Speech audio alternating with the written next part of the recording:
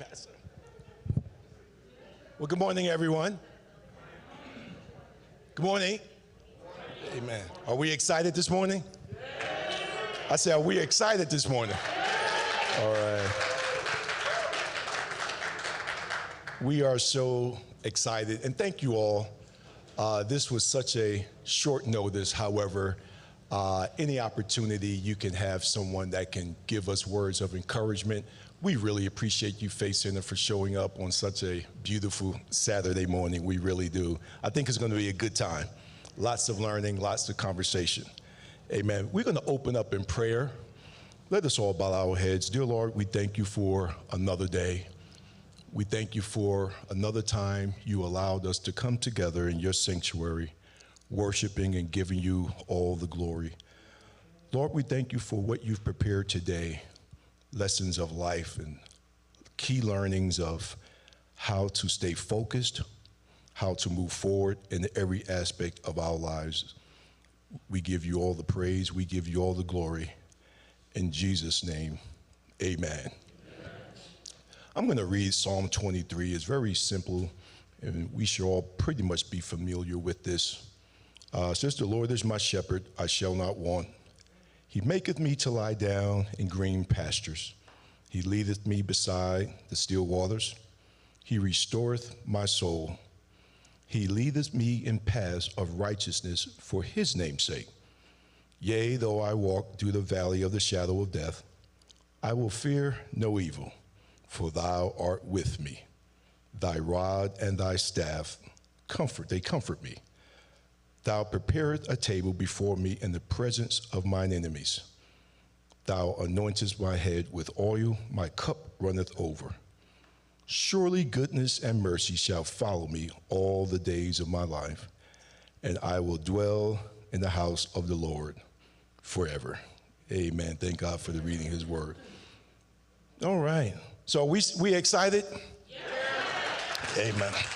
So so first I would ask, and it looked like we should, the concern was, will we have enough time to do some book signing? So the goal is to have some book signing, some pictures toward the end. We have a hard stop at 12. We have a hard stop at 12. But we definitely thank everyone for coming. This is so awkward for me because I have to introduce him as Stephen A, and I just know him as my brother. So this is, I thought about, should I get some notes or whatever? I thought about, well, if most of the questions I would ask him, I would probably already know the answer. So I told Donald, you introduce him. So I want to introduce, I think only blood separate us. This is my brother, top sports journalist, top African-American columnist, my fellow Thomas Edison inventor, and my man, my kid's godfather. Let me introduce to the platform, Stephen A. Smith.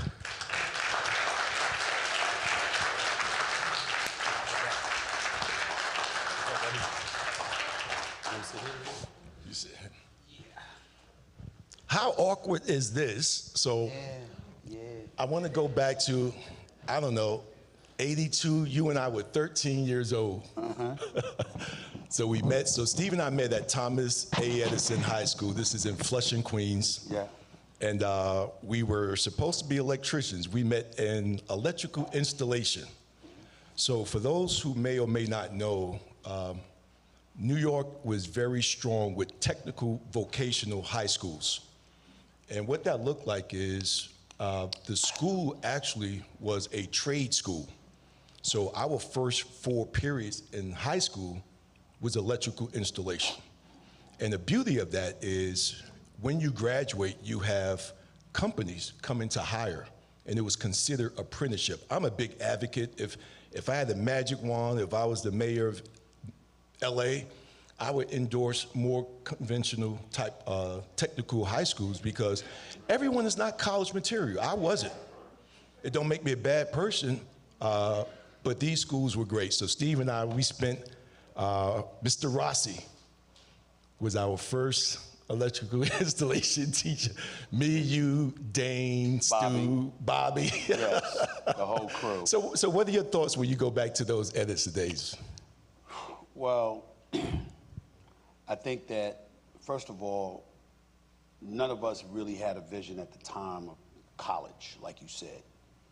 And so because of that, when you walked in there, something that's different about learning a trade or trying to learn a trade. Because when you go to class, you know, you're in class, sometimes you pay attention, sometimes you don't. You got to be ready for those midterm exams. You got to be ready for that final exam. When you're studying a trade, you got to be ready every day. Yep.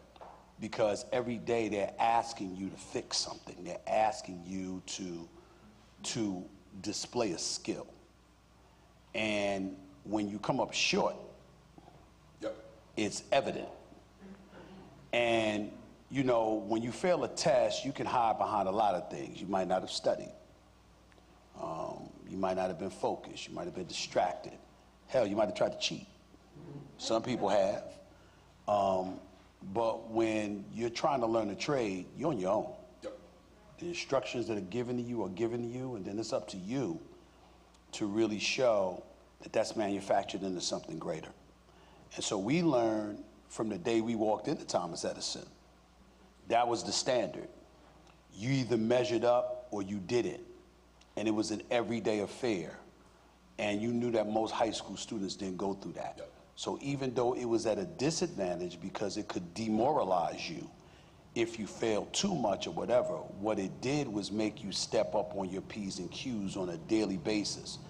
And how you're able to transfer that mentality is that when you go out into the working world, when real life hits you, yep, and you got bills to pay, and you got a family to feed, all of the hard work that's required for you to succeed in pulling that off, those habits were learned earlier because you had to do it earlier on. So it's not foreign to you, and it's not something that throws you off kilter because you were accustomed to having to do it. That's really powerful. Now, you and I, to look back where we were at the time, mm-hmm, and to see all the Queen's products. Right. So we grew up in the era where Run DMC was on Jamaica Avenue. LL was at Sunrise Cinema. Well, they were, yeah. Run DMC was in Hollis. Yeah. But they would hang out at, everybody hung out at Jamaica Avenue was the spot.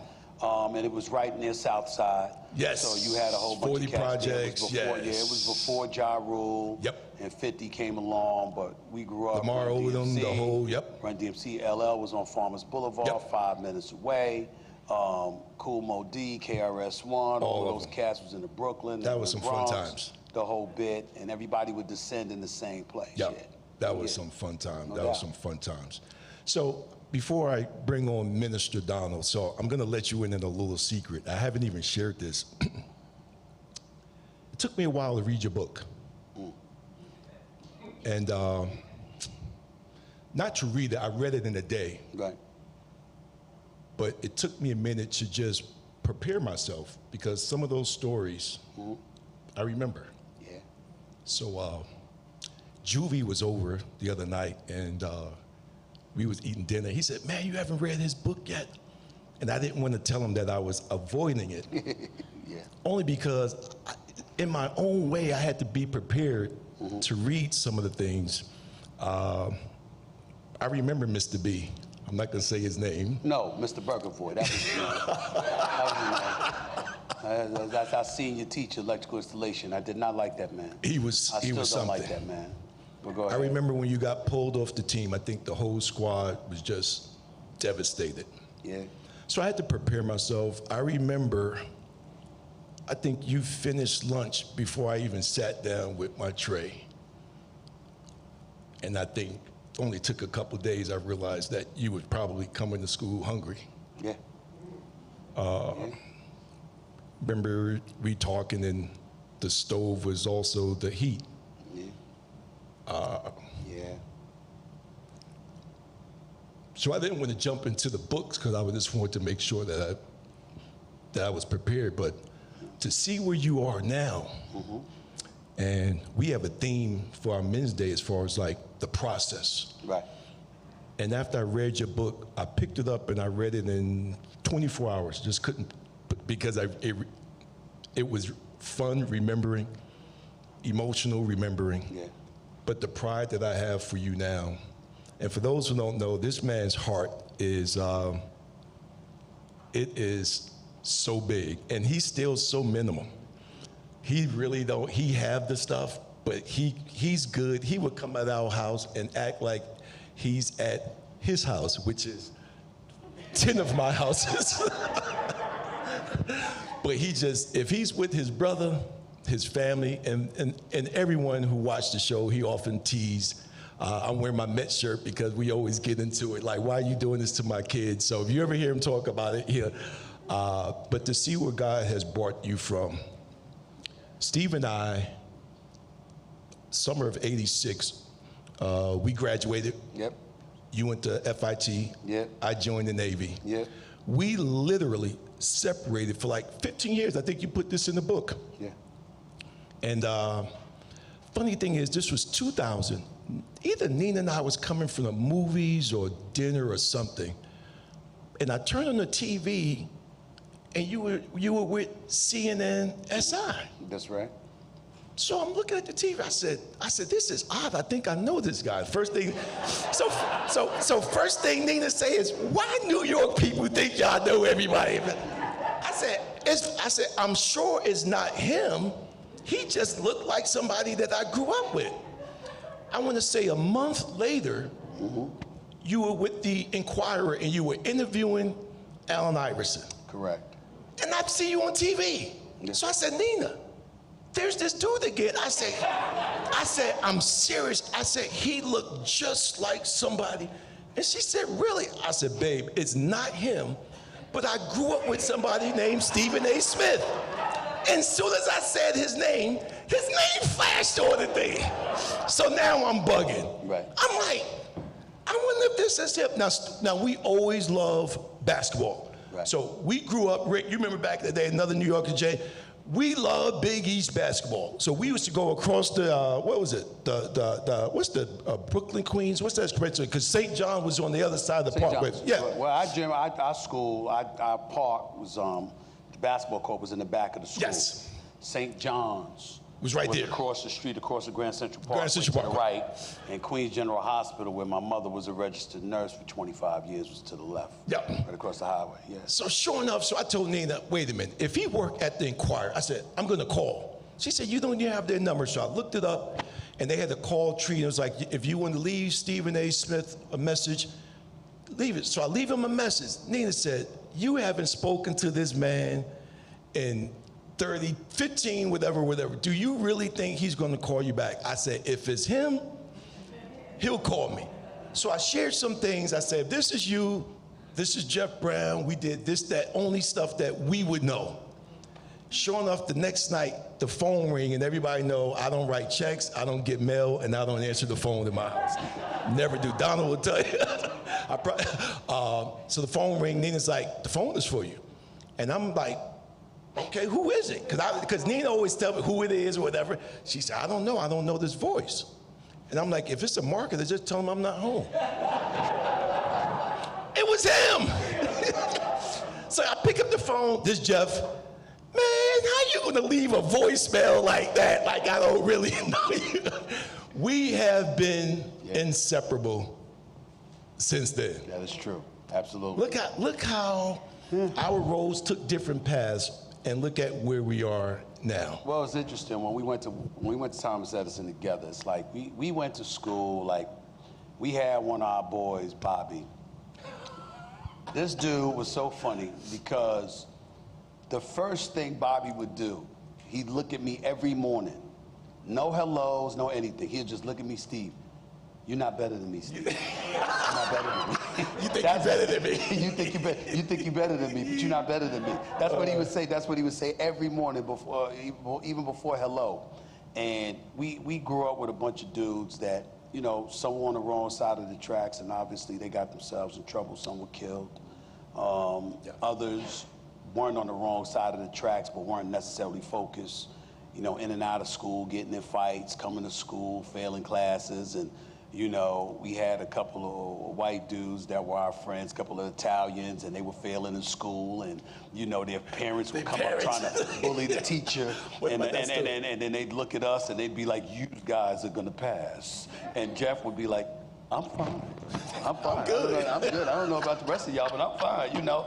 And so Jeff always had that kind of attitude where his focus was always here. He was always about the big picture, and he was always going to be somebody. He wasn't going to be dragged to the crevices or to the abyss of the kind of stuff that, you know, a lot of us were plagued by. And so I always gravitated towards Jeff in that regard, because I knew that hanging around him, it wasn't trouble around the corner. Because he wasn't about that nonsense. But then over the years, obviously we lost touch because he went to the Navy, like he said. I went on my path through colleges and then ultimately started out in the journalism industry. And then when we reconnected, it was like a godsend, because it's that kind of brotherhood you just don't teach. When you have somebody that you know, when you have somebody that you love, I've been in situations where I've been involved with someone, or I've had friends, and they would reach out to Jeff, and they would call Jeff, and they would literally argue with Jeff, and Jeff would be like, I kind of known this guy for a minute, you know? Yeah. I mean, he's known me since 1982, you know? People talking to him like he's some newbie to the situation and stuff like that. But, you know, when it came to the part about reading my book and stuff like that, you weren't the only one. There's a lot of people, a lot of the boys that we grew up with, a lot of friends from the neighborhood and stuff like that, that said it took them a while to read it. Because they kind of suspected what I had gone through. But my mother raised us, and her attitude was like, keep your mouth shut.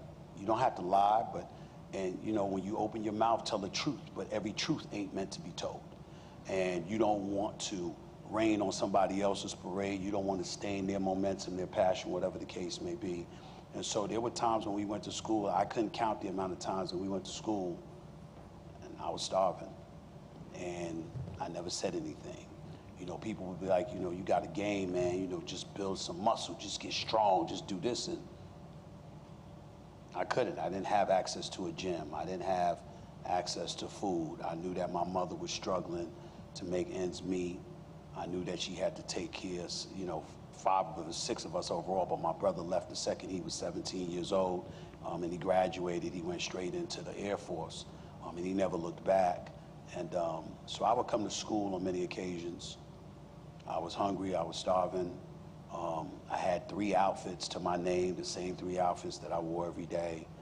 And you're around dudes, and you know, you're embarrassed. So when the food is available, you don't want them to see you eating, but so much because you don't want them to see how hungry you are and stuff like that. And so there was a lot of things that was going on in my household when I was growing up that I kept from him. I kept from all of my friends, and I dealt with it. And what I kept doing was putting my head down and saying, this ain't gonna last forever. I'm gonna find a way. They're not gonna stop me. They're trying to stop me. They're not gonna do it. Somehow, some way, I'm gonna find a way. And so I think that's when I wrote this book. And to see some of my boys, I mean, I've got my assistant, my bodyguard, I got my lady here, I got, you know, so many people that are part of my inner circle. Of course, this is my brother. His family is my second family, my godson, his wonderful wife. And for the years, when I was there sitting in their living room, I'd come there on a Sunday or whatever, and I'd made it out, and all of a sudden I'm successful and all of this stuff. I'd always come there, and I would always end up tired. But I wasn't tired, I was happy to be there. The issue is that the days and weeks and months and years of my grinding, it was at a point where the only place I could relax was at the Browns. Because the minute I walked out the door, like my signal doesn't even work that well in the Brown household, and I love it. I mean, it's a Wi-Fi issue, I guess, but I absolutely positively love it, because the fact that I can't be reached, it's, as a journalist, as a personality now, you know, you don't have that excuse to turn your phone off. You can't turn your phone off. You can't be unavailable, not when you're trying to win, because something could pop up and develop in a moment's notice. Jeff was with me when Magic Johnson abruptly decided to resign as president of the Lakers. We were in the Toomey store, all right? We were in the Toomey store. She and I were about to go on vacation. And I'm with Jeff, and we get the phone rings. Have you left town? Magic has resigned. And I was like, good Lord have mercy, you got to be kidding me. And I get on the phone with Magic, can't take it no more, can't take it no more. And we're talking, and ESPN, all right, we need you on SportsCenter at 6 o'clock. We need you on SportsCenter at 11 o'clock. We need you on the overnight. In fact, Jenny Buss called you while we were at dinner. That is correct. And so, only Steve will stop in the middle of the day, no luggage. He said, I think we're going to go on a trip. He said, I'm going to go buy luggage for the trip. I'm going to buy my luggage for the trip. I'm going to Mexico, right? But I just say all of that to say, when you have that kind of life, it's very intoxicating to a lot of people who are aiming to achieve. But when you've achieved it, you're at the top, and everyone's gunning for you. Yeah. And so you're on high alert at all times. And it just got to a point where the only time I was free to relax was when I was with the Browns. And so that became a habit to the point where not only it went from being something that I benefited from to being a necessity to now not being a necessity, but I choose to do it, and that's a haven. So whenever I'm on my grind, particularly out here in LA, and the second I get a chance to escape, that's where I go. Yeah, and it's good times. Yeah, good man. Times. Always, always. So, brother, I'm gonna turn it over to Minister Dollar, man. Sure. But I sit here from you. You know how much the Browns, we love you, bro. Love y'all, you know that. Your heart is just the stuff you're always willing to do, and it's out of the abundance of your heart. And I know there's so much more you could have put in that book. Being with you during those valley days. So good to see you on the mountaintop, brother. You know it. I love you, man. Same so proud of you, brother. Minister Donald.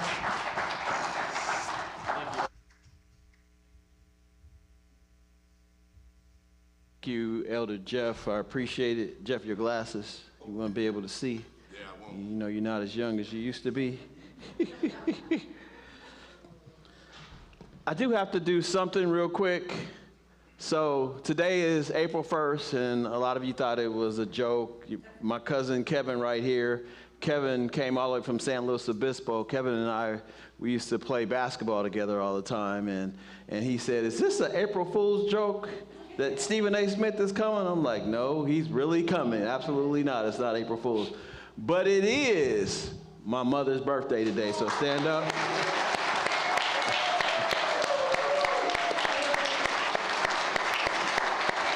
We want to wish her happy birthday, and we will sing tomorrow. We won't sing today.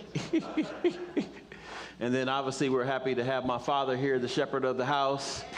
Glad that he's here.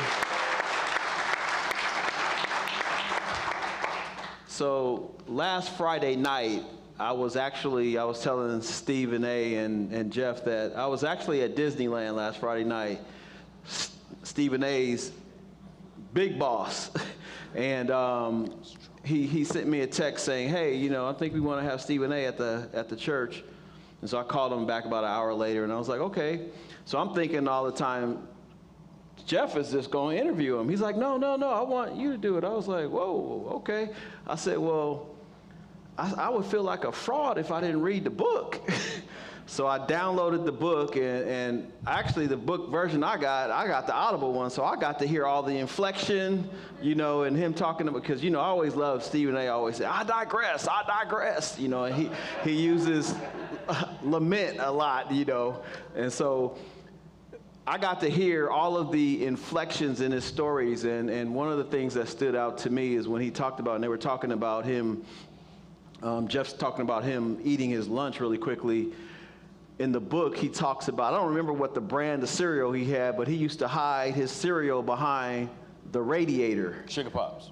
Sugar Pops. Yeah. He used to hide it behind the radiator, and he said in a normal household, most people put it in the cabinet or above the refrigerator, but he said if he were to leave it out, it wouldn't even last 24 hours in his household. You want to expound on that a little? Well, we were poor.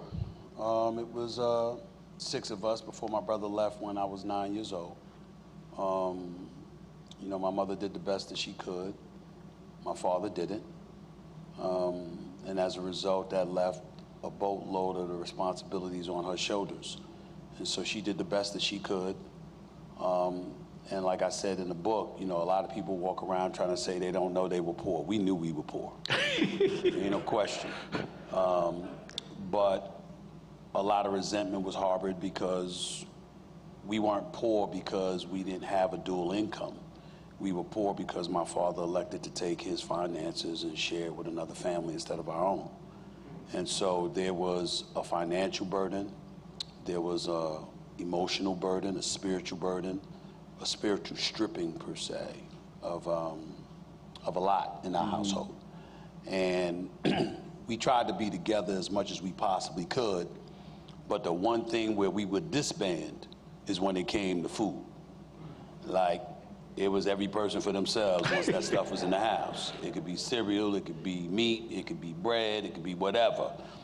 But it was every man and woman for themselves. You had to get yours while you could get yours. And it wasn't that you ate it all, but you certainly wanted to eat first if you could pull it off to make sure that you fulfilled yourself in some capacity. So my family was like most families from the standpoint that you mess with one of us, you mess with all of us. But when it came to internal battles, well, obviously that friction was there from time to time. And primarily it was due to lack of food. Okay. You said in the book that your mother worked 2 jobs. She was a registered nurse, and then she also worked, so she worked 16-hour 16 hours a day, 7 days a week, 1 week's vacation. She worked at Queens General Hospital, and then she went from Queens General Hospital right down the block to a nurse's home. So Thomas Edison is right here. Queens General Hospital was a half a mile away across the highway. And the nursing home was down the block, right behind Thomas Edison. And so she would work there, so she would go to work at 7 in the morning. She would finish at 11 at night. It was 7 nights a week, it was 7 days a week, 1 week's vacation a year. And like I said, we were hungry, but the phrase that I use often, you know, as a dad, as an uncle to 15 nieces and nephews, you know, I've always maintained the mindset that if I'm hungry, if they're hungry, it's because I'm starving. I got that from my mother, because my mother was starving to make sure we wouldn't starve. She was hungry, but she'd make sure we were fed before she got fed. And that's where I get that phrase from. So do you think your work ethic comes from seeing your mother work the way she did? Without question. It starts with her because her work ethic definitely was there. But the residue of that is also what my father didn't do. And so for me, sometimes the negative turns out to be your strongest source of motivation. Because none of us are perfect. All of us are flawed in the eyes of God. We get that. But there are certain things that are inexcusable. And for me, you know, I'm very mindful of the whole adage, honor thy mother and thy father. It's biblical, I get that. I would say to you, I have honored my father because I spent years saying nothing. And even in this book, I said very little compared to what I could have said. So I would say if I was standing before God himself, I would be like, I left out a lot. You know, I left out a lot. So in that regard, yes. But it does serve as a source of motivation because you do have an aspiration not to be like him. And, you know, a lot of people can focus on a lot of different things. People focus on adultery and fornication and all of these other things, and I get that and I understand that. My focus has always been you provide for your family. I don't care what you're doing. I don't care how you're living. That's for you and God to deal with. But kids didn't ask to be brought here. You brought them here. You have an obligation to make sure that you exhaust every means and measure to make sure that they are taken care of. I have 2 daughters. Anybody who would know me, I have the Browns here, I have my lady, I have 2 people here in Juvie and Sumatra that are like family to me. There is no one alive that knows anything about me that wouldn't tell you I exhaust myself to take care of my daughters. They're my responsibility. There is no hiccup on that. There is no path I won't walk down, no obstacle I won't walk through, no challenge I won't embrace to make sure they're taken care of. They come first because they're my responsibility. Now, once you become adults, I've done what I've done for you. And at some point, at that moment in time, okay, you were raised right, you know right from wrong, and you're an adult and you want to be big enough to make your own decisions and you don't want to listen to daddy, and I get all that. And under those circumstances, we might have to modify and alter the support that you receive then, because you're grown. But as long as you are a child, you are my child. I'm looking at my daughter. That's right. As long as you are a child, you are my child. And you're my responsibility. And what will never happen, as long as I'm breathing, is that somebody's going to look at me and say, I didn't exhaust every means imaginable to make sure that I fulfill my responsibilities as a dad. And me personally, I don't like the word father. Anybody can be a father. You can help conceive and create and procreate and bring somebody in this world. A daddy is the one who takes care of his children. I am a daddy. Okay.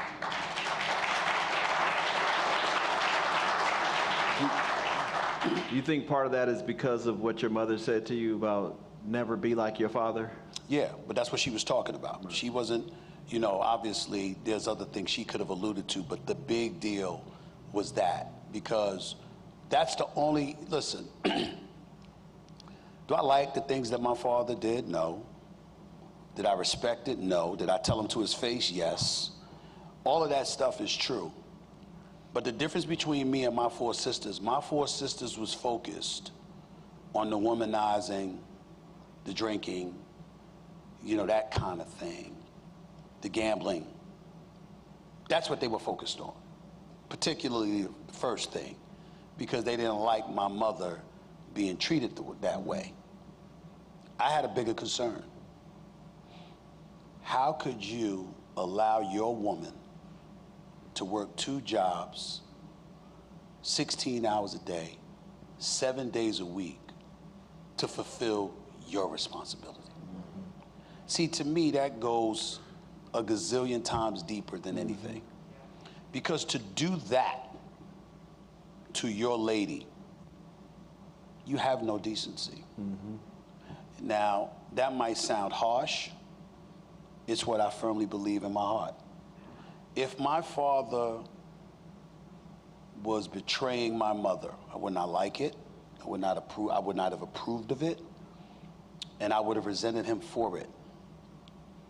But the vitriol that I felt inside would have been drastically diminished if the bills were paid and my mother was allowed to have a life of comfort, where the only thing she had to deal with was his emotional betrayal. Because as much as I may not like that as a child who's not intimately knowledgeable or involved in your personal relationship between my mother and father, there's a step that I have to take back because I don't know. So if you've been together for 50 or 60 years, I don't know what happened. But I do know this: there is no excuse for you to sit idly by and to watch someone work as long and as hard as they have to pay bills that you harbor the responsibility to do. And to me, It's one thing to hurt someone. I don't view my father as somebody that hurt my mother.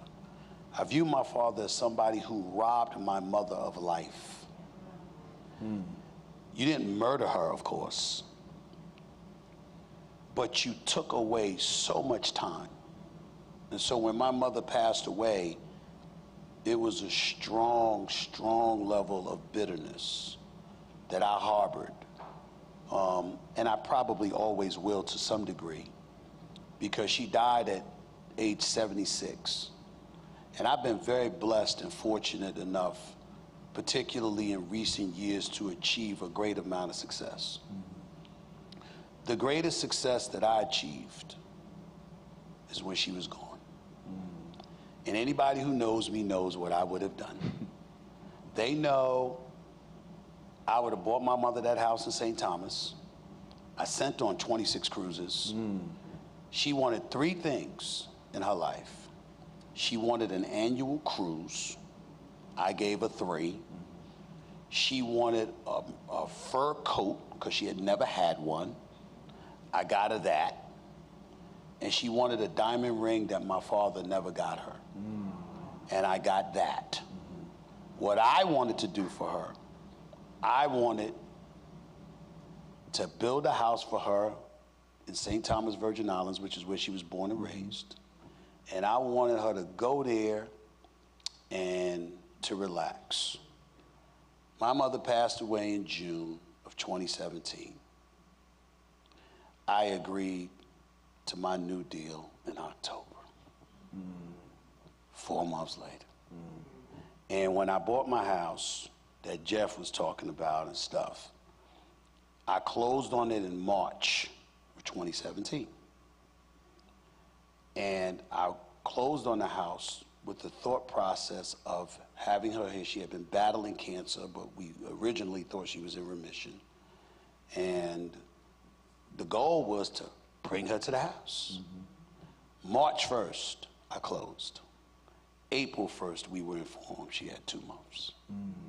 So for me, you know, when I talk about it, and I'm talking about my dad, I think about a month here, 4 months there. And then I think about him and what she had to do for 23 years. And that's when my brother, I have to go over to the Browns. I gotta have Nina cook some chicken for me. I gotta joke around and tease Nicholas and the whole family, Nicholas, Nicole, and Jeff and them about how their daddy's contaminated them with his Mets fandom and stuff like that. You know, I gotta do stuff to distract my mind, because I get very, very, very down, because it elevates the importance of time. You know, when I think about time, you know, my brother's been this way for forever. I've now learned to become this way. This is my brother, Jeff Brown.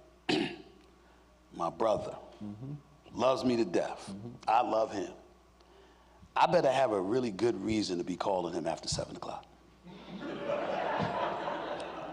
He's in his pajamas and his footies. You know, he's asking Nina for some chocolate milk, or some milk and some cookies rather. You know, he's doing all of that, and it's like it's understood. There's a space, and he'll go just like this, my spirit. My spirit. Don't mess with his spirit. He's got his routine. He's good. So if I call him, he knows what's up, because he knows I'm not calling him because I know him. I've gotten to that point in my life where I have very little patience for stress. I have very little patience, because I view it, especially since my mother died, but in the years that have followed since 2017, as more success has come my way, more pressure has come with it, etc. I'm very keen now more than ever before on people in my inner circle who compromise my spirit. And the reason why I'm that way is because they know me. So if you don't know me, I'm not worried about you because what you don't know. you don't know. Right. But if you do know and you do it anyway, one of two things has happened. You either are not paying enough attention to what messes with my spirit, or you don't care enough. And the thought that number two could be the reason brings me back to my mother and father. And what my father did to my mother's spirit. And I'm not having it. I'm not having it. So, because it's self-preservation. There's no we without me. You know, whoever it is, my friends, my family, my ladies, my people that I work with and for and work for me and all, there's no us without me. And I have to be protected to some degree. My mother didn't have that luxury because she had us to take care of. So I make sure that I take care of my responsibilities, and then after that, I protect me. You talked about the surprise that your sisters had when you said, I'm doing the eulogy for my father's funeral. Yeah. And you talked about how A.R. Bernard, you had about an hour-long conversation with A.R. Bernard. Can you share a little bit about that with us? Pastor A.R. Bernard is the pastor for the Christian Cultural Center in New York City, in Brooklyn, New York. I'm not my brother Jeff Brown. I'm not there. I'm a work in progress, okay? Let's be very, very clear about that. I still have work to do, which Pastor Bernard would be the first to confirm to anybody who listens to him. But he's been my spiritual father for many years. I love him dearly. I trust him implicitly. He's a great man, and I have profound love for him. And when he speaks, I listen. No matter what he says, no matter what I don't like, we have that kind of relationship because he's known me for 30 years, so he knows everything. And my mother had died in June of 2017. And the bitterness that I felt, like I said, was incredibly profound because I felt that she didn't live her best life. She didn't get the opportunity to do so. And obviously, my father had a lot to do with that. So when the funeral took place, I didn't like the funeral. She insisted that it was in her church, and the church was about this size, you know. But she's Stephen A.'s mother. So the president of ESPN showed up, and all the subordinates showed up, and co-workers showed up, and friends and people like from my sisters, myself, everybody. If her church fit like 150 people, at least 1,000 showed up, you know? And so it was because of all those distractions and everything like that. It wasn't a rushed service or anything like that, but so much was going on, we didn't get an opportunity to hone in to my satisfaction and focus on the greatness of a woman that I consider to be the greatest woman I've ever known, and who was just an angel. And so when my father died, 14 months later, they had planned a funeral and all of this other stuff, and then the night before, I just picked up the phone. I just thought about it actually the night before, and I said, okay. And I called my sister Carmen, 7 a.m. that morning. Funeral was at 10. I said, scratch all your plans. I'm doing the eulogy. She said, oh God, no, Stephen. Okay, Steve, no, please, Steve. And she was like, well, what you gonna say? And I said, you'll find out when I get there. She's like, no, God, no, please, Steve, stop. I said, goodbye, Carmen, I'll see you in 3 hours. All my sisters are in complete panic mode because we're our mother's children. And so my mother was very, very big on imagery, like, don't embarrass me. You know, I hear her from the heavens, don't embarrass me, don't embarrass me.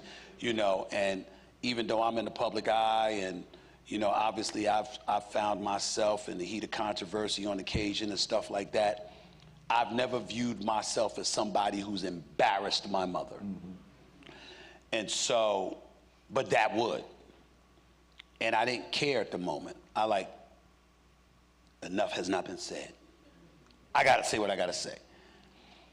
And for some reason, I decided to call Pastor Bernard. And I told him what I was feeling. And he said, Stephen, you have a right to say what you feel. Mm-hmm. There's nothing wrong with being honest and truthful. He said, but there's nothing wrong with forgiveness either.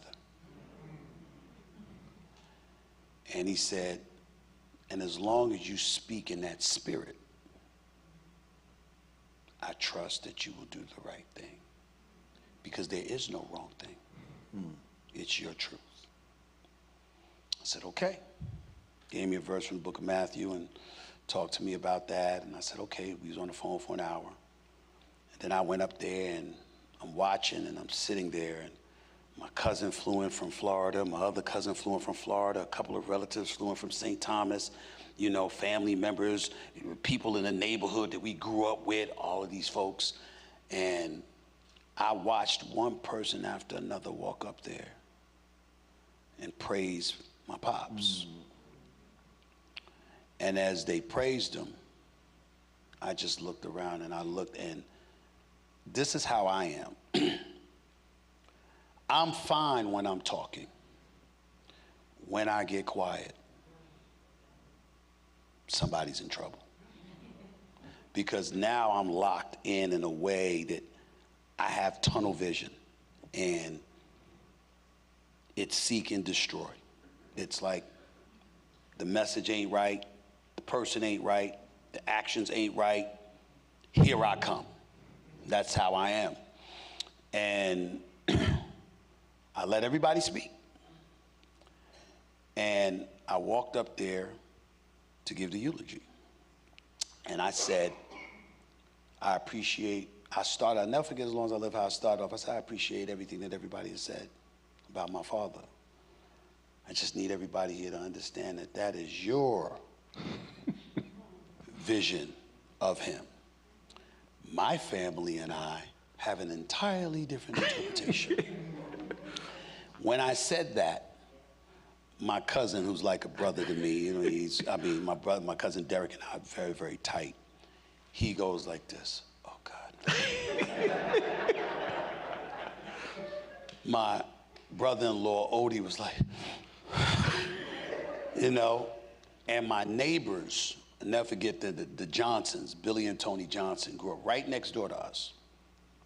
And they were hell on wheels. They just didn't care about anything and stuff like that. Even they were like, don't do it.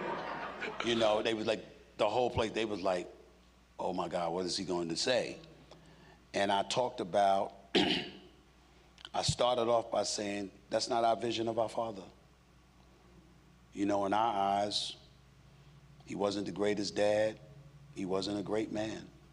Matter of fact, he wasn't even good at all. Mm-hmm.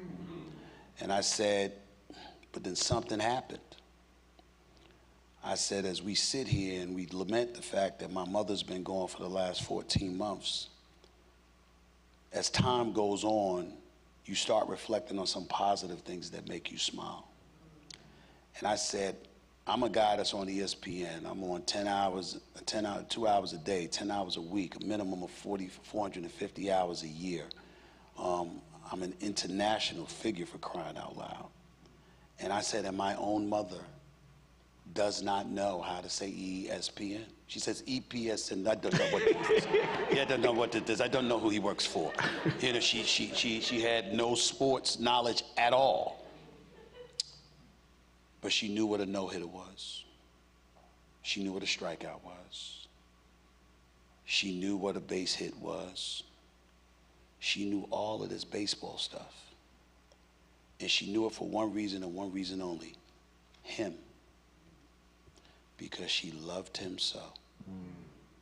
And I said, if my mother, the greatest woman I've ever known, can find so much to applaud and to support and to love about this man, that's the least I could do.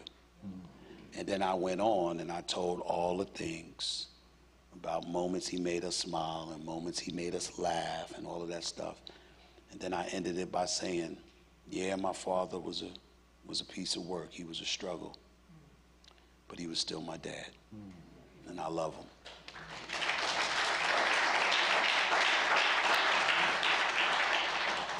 Three more questions before we open it up for questions and answers. Sure. People see you today as the face of ESPN, and they see your successes. Yeah. But they don't realize, some don't realize that in 2009, you were fired. Yep. And you come back in 2011. And when you were younger, you got set back, not once, but twice. Yeah. And that you struggled with dyslexia and reading comprehension. And now to see you today, a lot of people want to be in your shoes, but do they understand the travails in which you encountered to get, where you are and the perseverance that it took?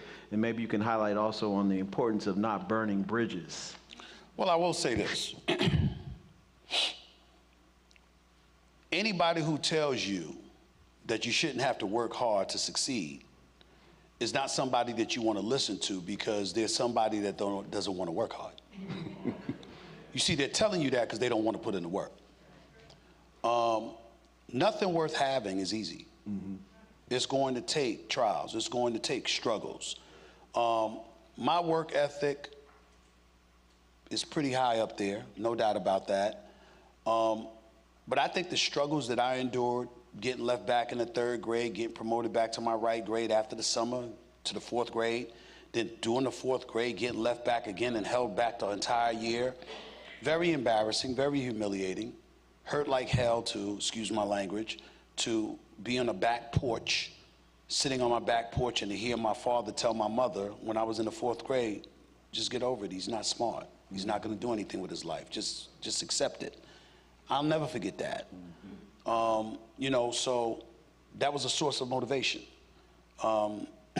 to ultimately graduate from high school, or to be in the 7th grade rather, and have that teacher, Mr. Caravan, tell my mother, he's not dumb, not dumb at all. He's not listening. He's not paying attention. He drifts. But when he pays attention and he's locked in, you're gonna have a star in your hand. Find out where that passion is. So I remember that. And then to be in high school and in my senior year and have my guidance counselor literally laugh in my face when I told her I wanted to go to college. Literally laugh in my face. You remember all of those things. But for me, that's not a demoralizing element that pushes me into an abyss. That helps me rise. I love doubters. I love people to tell me what I can't do, because I'm one of those guys, false or not, when it comes to me being focused on what I truly, truly want to do, I believe I'm the best there is. I don't think that when I'm on TV, I really believe I'm like the Michael Jordan of television. You can't tell me that somebody is on TV better than me. I just don't believe it. I don't feel that way. I don't brag about it or anything like that. It's a matter of fact. It's like I've been #1 for 11 and a half years. And not just 11 and a half years, every week, every month, and every year for 11 and a half years. With darts and arrows and everything coming at me. And I genuinely laugh about it half the time, because I don't believe that anybody could come on TV and do what I do for 2 hours every day for 45 weeks a year with the same level of momentum, intensity, knowledge, focus, commitment, and energy and passion that I have. They can't do it. They could do one here or the other here. They can't put it all together. I don't believe it. And somebody's gonna have to show me that they can. And so for me, when I go through when I've gone through the things that I've gone through, and I think about what motivates me, people talk about hard work, but I found my passion, so it doesn't feel like work. I don't feel like I'm going to work. A job is doing what you have to do to maintain or elevate your quality of life. A career is doing what you want to do, and it just so happens to do those things. You got to find where your passion is, because what will demoralize us, particularly as black people, what will demoralize us is when, you know, you hear all of these things, and, you know, obviously there's racism, there's prejudice, there's all of these things, but now we're talking about xenophobia, homophobia, transphobia, the list goes on and on. There's a different phobia every day, for crying out loud, okay? We got all of this going on. At the end of the day, what it comes down to is that it's real easy to find an excuse to stay down when you ain't motivated to rise. But what motivates you to rise is a passion. If you love what you're doing, then you're going to want to do it well. And your definition of well has to be in some capacity being better than the competition, because everyone ain't meant to have what you have. That's right. And what you want that you believe is for you, someone else may have. You got to go get it. And then when you get it, you got to hold on to it.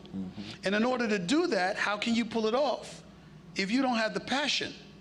And so for me, that's how it has always been. That's how it will always be, because I find new ways to motivate myself every day. ESPN does not define my standard.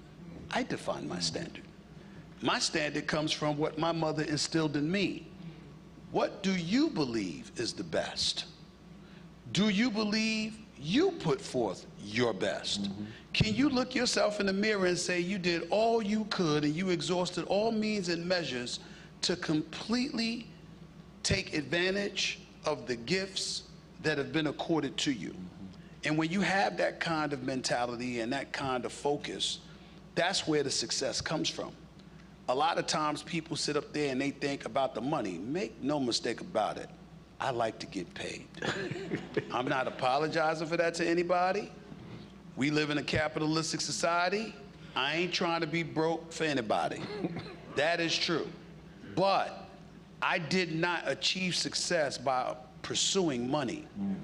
I achieved success by being in constant pursuit to be the best at what I do. It was important for me to be somebody that you looked at and said, that brother's something special. He got it going on. This is what he brings to the table. It was more important to me, and it still is more important to me than that is said, rather than what I'm getting paid.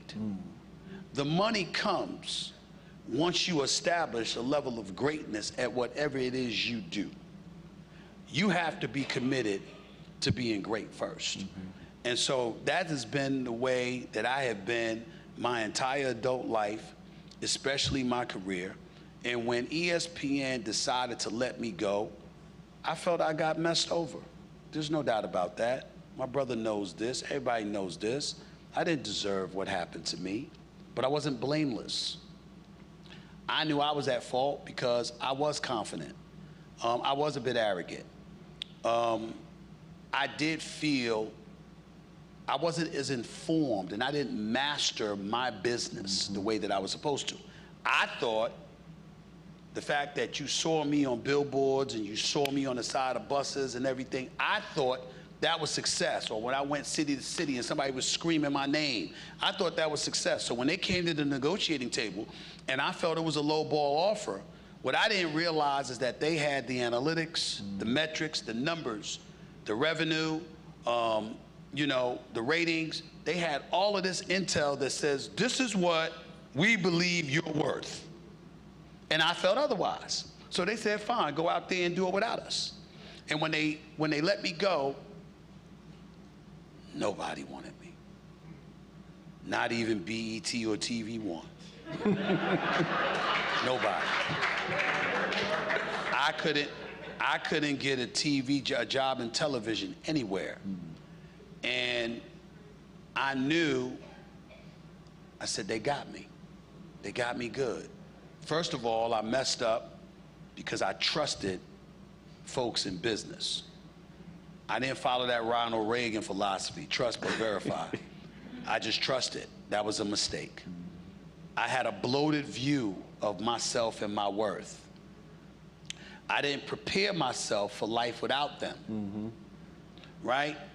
And I didn't prepare my mind to have to deal with the level of humility that I was going to have to deal with.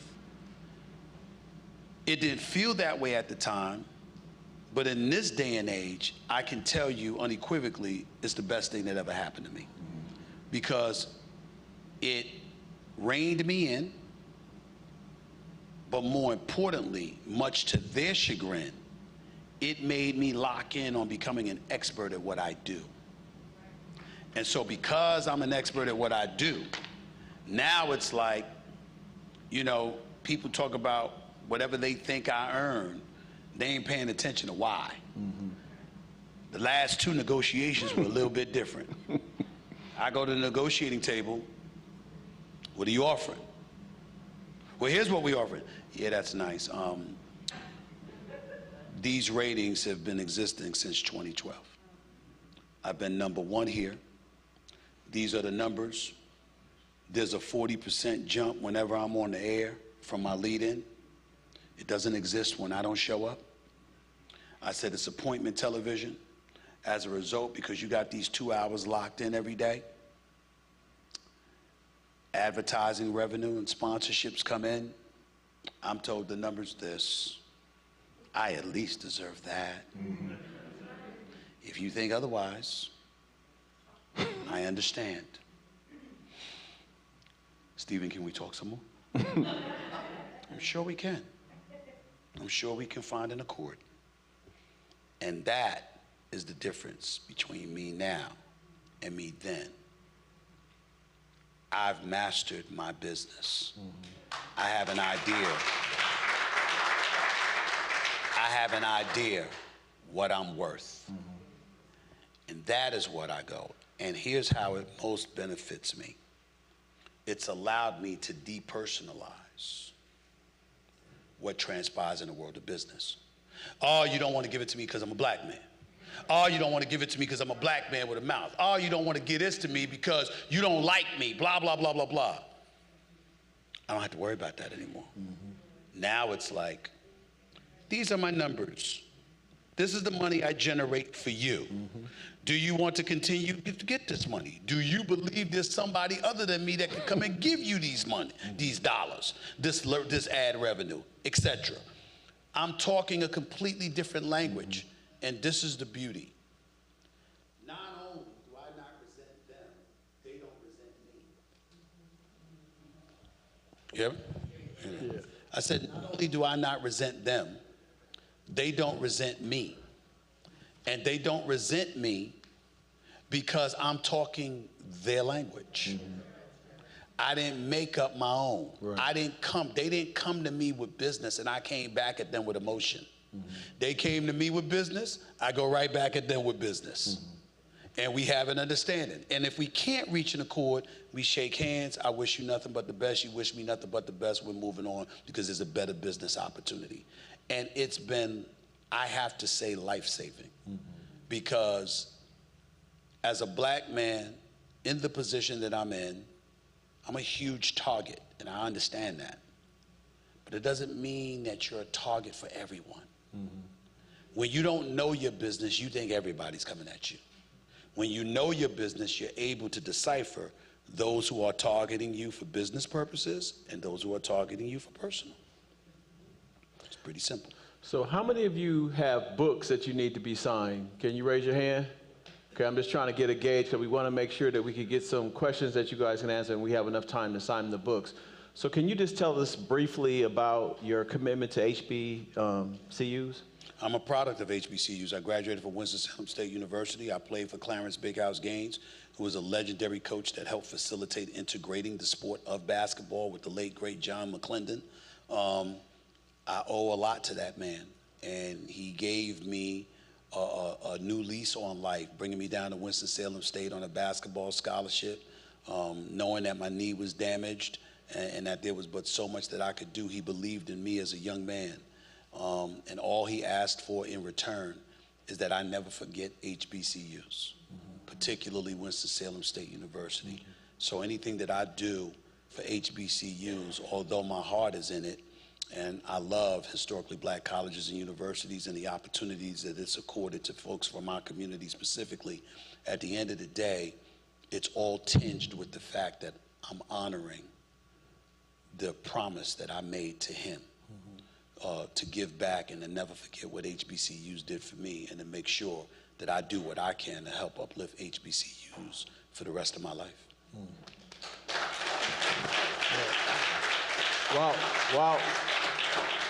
While Sandra's coming up to give the instructions, you know how they have those rapid fire things. I'm gonna give you, say a person's name, and you just give me a one-word answer what you think of them.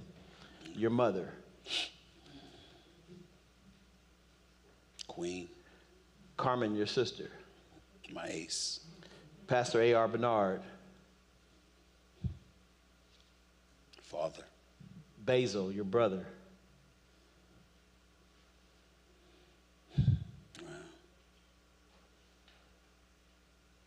It's a hard one. So many things I can say about him. Uplifter. Serena Williams. GOAT. Tiger Woods.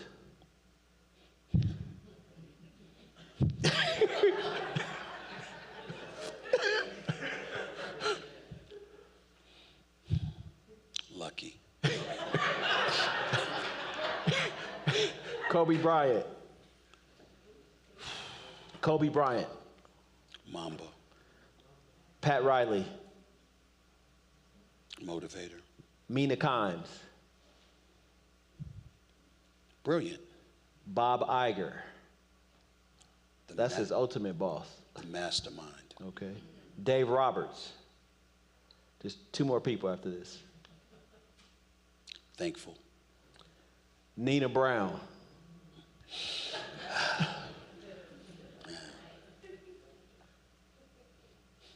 Wow. Big sis. And as his mother Mabel would say, Jeffrey Brown. My brother. All right. Thank you.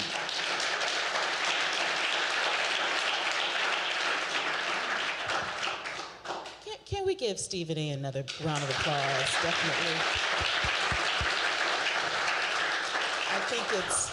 I think it's just awesome and remarkable to have the man of the hour in our home, to be so candid and just so open and transparent.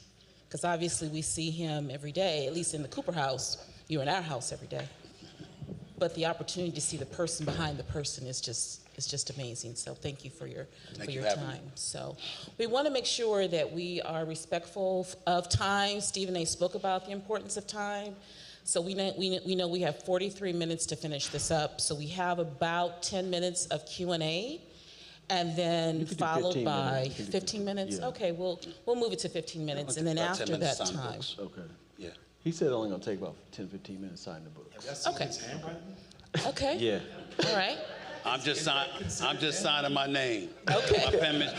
Don't it's- worry about a message because y'all can't read my handwriting anyway. It don't matter. Right. So it's no two, but it's just going to be from Stephen A., which is great. And we love the Browns too. We say we have the real Meet the Browns. I don't know what Tyler Perry has, but we got the real Meet the Browns here in the house. So we love them as well. So I believe, did everyone get a postcard that has questions or no? Okay, so this is for me to tell you. Right. There are going to be two lines. One with Sister Natasha, one with Sister Rick, on both sides. We want you to state your name, where you're from, a concise question, won't be any follow-ups, buts, ands, because we want to really make sure that everyone has the opportunity to ask the questions. And hopefully you've been listening, learning, read the book, and have something very meaningful that you can ask that he hasn't already spoken about for the last over an hour.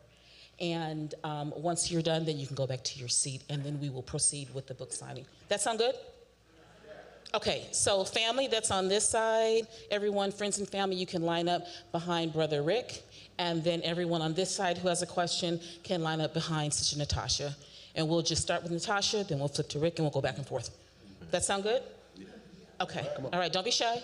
So while you all are lining up, I have one question from a friend of mine we play golf with. His name is Kevin Jordan. He's a comedian. He's in the Bahamas right now working at the Atlantis. And so Stephen A., he said he's from, you guys will probably know these areas. I'm born and bred in L.A., so I don't know. St. Albans, born. St. Albans. St. Albans, thank you. Born and bred. He's Farmers Boulevard, played ball at O'Connell Park, where he schooled, supposedly, allegedly, Mark Jackson on a daily basis. He loves his Yankees, Knicks, and Giants, and he's sure he's crossed paths with you on Jamaica Avenue, Stephen A. His question, as an alumni of St. John's, please tell him, is the future bright with Rick Pitino in charge? I believe so, because it can't get worse. They've been awful. So if you've been awful for years, and then you bring in a coach, albeit 70 years of age, who's won a national championship at 2 schools and has taken 3 separate schools to a Final Four, and is universally recognized as one of the great coaches this game has ever seen, I think that it's clear it's on the way up. Rick Pitino is going to be able to recruit at St. John's. And St. John's facilities, which are porous, are going to be vastly upgraded, not to mention the fact that they're going to be playing more games at the Garden. And I think that the combination of the two is going to help the program immensely. I had promised Brother Rick that he would be able to go first, since he agreed to facilitate that line. So another New Yorker. Hold on, let him get that mic on. Or is it on? Is it turned on? I can hear you. I can hear you. Go ahead. So, Rick, grew up in the Bronx. I must say, credit to the industry. Thank you. Credit to our people, and I applaud you. Thank you. Now the question, bring some levity to the conversation. Brother Jeff and I are Jet fans. Now that Aaron Rodgers is going to be signing with the Jets, should Jeff and I make reservations in Vegas for the Super Bowl next year? I think you got a chance. It's certainly not a foregone conclusion, because Aaron Rodgers has been with a better team in Green Bay and still couldn't get them to the Super Bowl the last 13 years. So I have to take into consideration the fact that you lost 3 years ago in an NFC Championship game at Lambeau Field to Tom Brady. The following year, you lost to Jimmy Garoppolo at Lambeau Field in a divisional playoff game. And this year, you didn't even have the decency to get to the playoffs because you lost to the Detroit Lions at Lambeau Field. Aaron Rodgers was the quarterback in all 3 games, and they lost. So it's not like suddenly he arrives in East Rutherford, New Jersey, and the sun is going to shine brightly. What I will tell you is, because it's the Jets, because you've been perpetually moribund, the fact is, there's no way to go but up. And when you consider the fact that Zach Wilson has been your quarterback, I mean, my Lord, no pun intended, Zach Wilson is bad. Aaron Rodgers is great. So I would tell you, I wouldn't rule it out.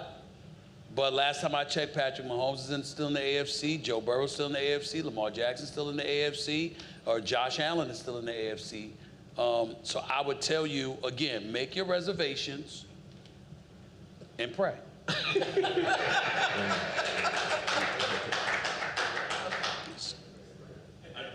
from San Luis Obispo, and I want you to think or speak about the time when you wrote the article about the legendary Clarence Big House game and how he should be fired.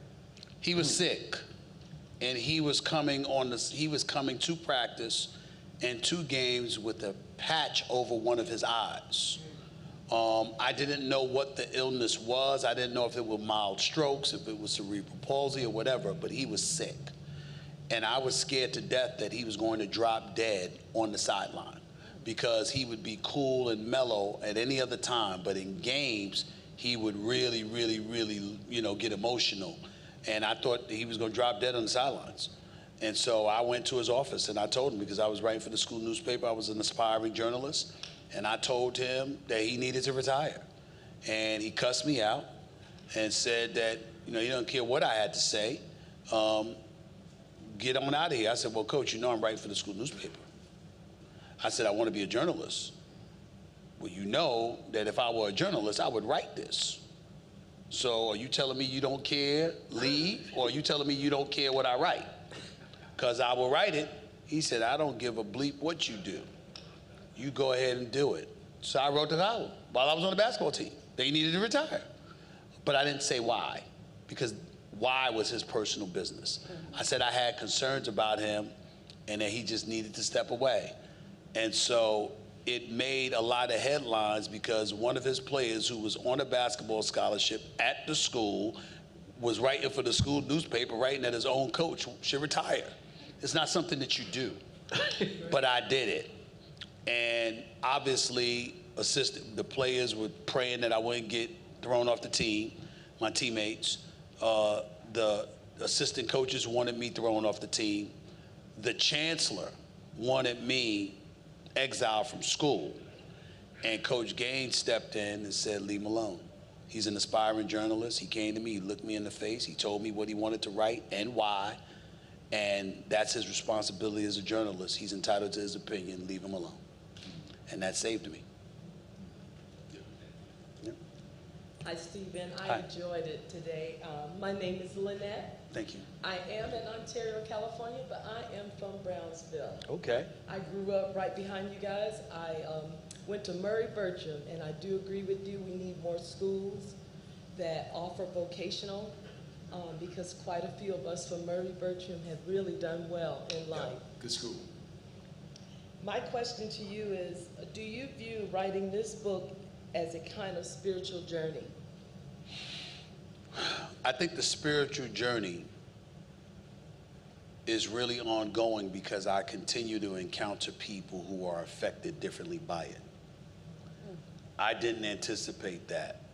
When I decided to write my book, everybody had been on me about writing a book for a long time.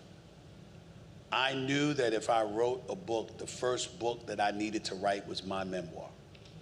I feel that if I'm on national television and I'm this public figure, people don't have a right to know everything, but what they do have a right to know is my truth as it pertains to who I am, how I've come to be the way that I am, how have I adopted the perspectives that I've adopted? Where does it all come from? I felt they had a right to know that. And so inevitably, when I made the decision, I told my mother years ago, I'm gonna write the book, but you know if I write the book, you know what I'm gonna talk about. And my mother she had got diagnosed with cancer in 2011, and in 2011 was when I had told her that, and she made me promise that I would never write the book while she was alive, because she never wanted to be alive when I was talking about what my father did. And I made a promise to her in 2011 that I wouldn't do it. When she passed away in 2017, that wasn't on my mind. But then as the years went by, people were like, it's time, it's time, it's time. And then when I got the contract and everybody was talking about this is him and this is what money he's making and blah, blah, blah, my manager at the time, along with folks in my inner circle, were all like, it's time. And so I decided to do that. But I knew, again, just like he pointed out, there were so many things that I never said. There were so many things that, you know, he didn't know I was starving. He didn't know what was going through in my household. He didn't know. I mean, have y'all ever been so hungry that you're crying without knowing it? There's tears coming down your eyes and people are looking at you and you're not crying, you're not miserable, you're starving. That's how hungry we were at times. And that's why no matter what I'm doing now, wherever I go, most of the time, people see me with my sister Carmen. The reason why they see me with my sister Carmen is because Carmen comes before everyone in this regard. She's the one person, because my other sisters can't travel, health reasons and stuff like that. She's the one person in my life that knows in detail everything I've been through because she went through it. and I never have to say a word. We understand. She's closest in age to you? Yes. And so what happens is that you'll see us around folks. If it's my lady, if it's my sisters, it's my guy, it's him, I might have to tell them something. I don't have to say one single word to calm them. Anybody that's around us, we could be talking, we could be laughing, we could be, having a good time, and then we'll get quiet because we're both going through the same thing.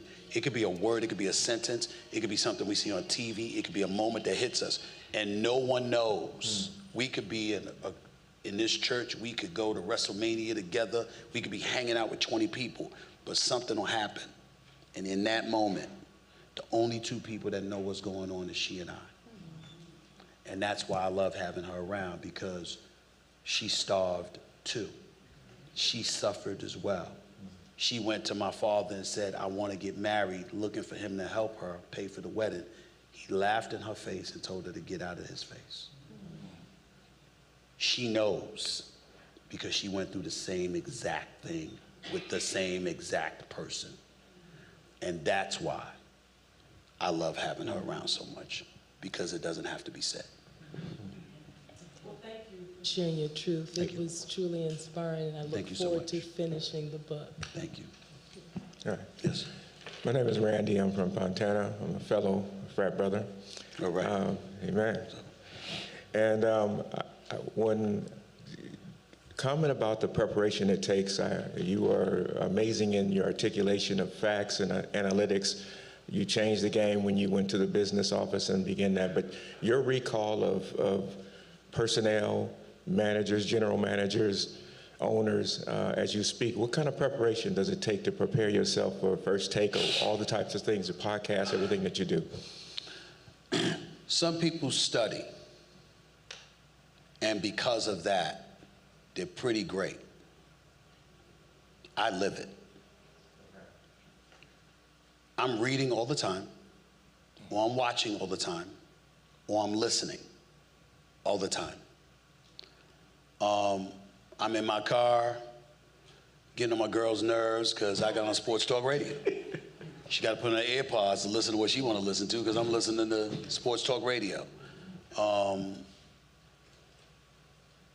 I live what I do. I found my passion. And so for me, it's the combination of that and practical experience. What I mean by that is that you can talk about Allen Iverson. I was with him every day in the NBA season for the first 10 years of his career. You can praise Michael Jordan. Michael Jordan and I speak every week. You can miss Kobe Bryant. I was with him 3 weeks before he died. We talked all the time. You can look at a Floyd Money Mayweather and lament some of the things that he's done. I've hung out with him. I know him. We talk all the time. I know what he's been through. The same with a plethora of guys. It's not everybody. But when you've been around enough and you've covered enough in person and you've cultivated relationships, and then you're able to expound upon that by studying, by living, as I pointed out, well, you're armed, because it's not just the facts that I have, it's a perspective. And so when I go on television, you have people who, if you watched First Take back in the day, Skip was a different animal. I love Skip, but Skip was an acquired taste to a lot of people. They weren't feeling him like that. They came on the air, they did their job. Max did his job. Different animal, that kind of stuff. He wasn't a reporter, he wasn't an athlete, but he was somebody that had opinions, right? Well, in Skip's case, the athletes might feel you don't appreciate and respect us enough. In Max's case, they're like, well, who are you? You've never done this, and you ain't no reporter. With me, I'm a reporter and a personality. But when I'm on the air with them, if you notice, they're laughing all the time. And I'm getting on them, and they're literally laughing. Why? Because I already told them what I need for the show, not per show. I'm just talking about overall. And this is what I say to them. You're the expert. You play professionally. I didn't. I'm not here to question your knowledge, to question your expertise. I said, when I'm grilling you, it's the reporter saying, I know you know more. Give it to me. So you'll hear me talking to them, and they're like, and I'm smiling, and they're like, and they keep talking, and then you'll hear me go, you know, it's interesting. I do watch you. Didn't you say on NFL Live 3 weeks ago? Didn't you say on NBA Today last week? Wasn't you covering the game 2 weeks ago and you said this? And they're laughing and they're like, Don, he caught me. Because it's stuff they don't want to reveal, but I catch them. It's a game of cat and mouse, and they know it's all in fun. When it's serious, then Stephen A., the star of the show, who's now the executive producer of the show, goes into protective mode to protect them from themselves. When it's serious, because I don't want you to fall. And they know me, and they love me for it. And I love them back, because I can't do what I do without them. And unlike other experiences that I had, in this day and age, every single one of them, male and female, black, white, and beyond, they come on the show. I cannot thank them enough. Every single one of them answered the call. They knew I was the EP, now the executive producer. They knew the pressure that I was under to win because of the decisions that I facilitated to get rid of folks. And they knew I had a lot on the line.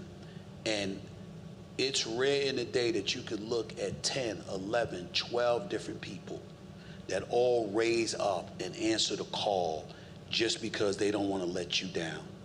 That's what they've all done for me. And I will love them forever for it.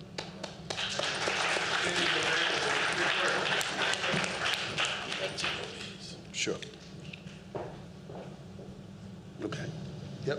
Good morning. Good morning. My name's Carla, and I'm from Chino, California. Hi there.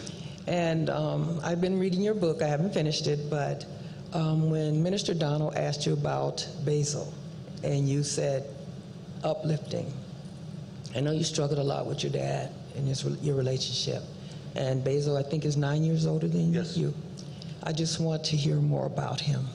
My question is, tell me a little bit more about that uplifting experience. Basil was a guy that was focused on the power of positive thinking. I know that's a book that's written by Dale Carnegie. Basil was a guy he lived by the power of positive thinking. I know there was a book by Dale Carnegie with that title, but Basil personified it. Basil was about, there's always light at the end of the tunnel. No matter how bad things are now, to be better later. No matter what trials and tribulations you're going through, you're going to overcome it. And 2 months before he passed away, he told me, you know you're going to be a star, right? He said, you're going to be the biggest personality maybe in the history of sports television. You're going to work on ESPN. You're going to be a general sports columnist. You're going to pull this off. And when he died 2 months later, I made a promise to myself that I would never go to his gravesite until I achieved those goals. And it took me 11 years, but I pulled it off. And that's when I went back to his gravesite to say I did it and thank you. Because again, we all find our source of motivation, and he was the ultimate motivator and uplifter.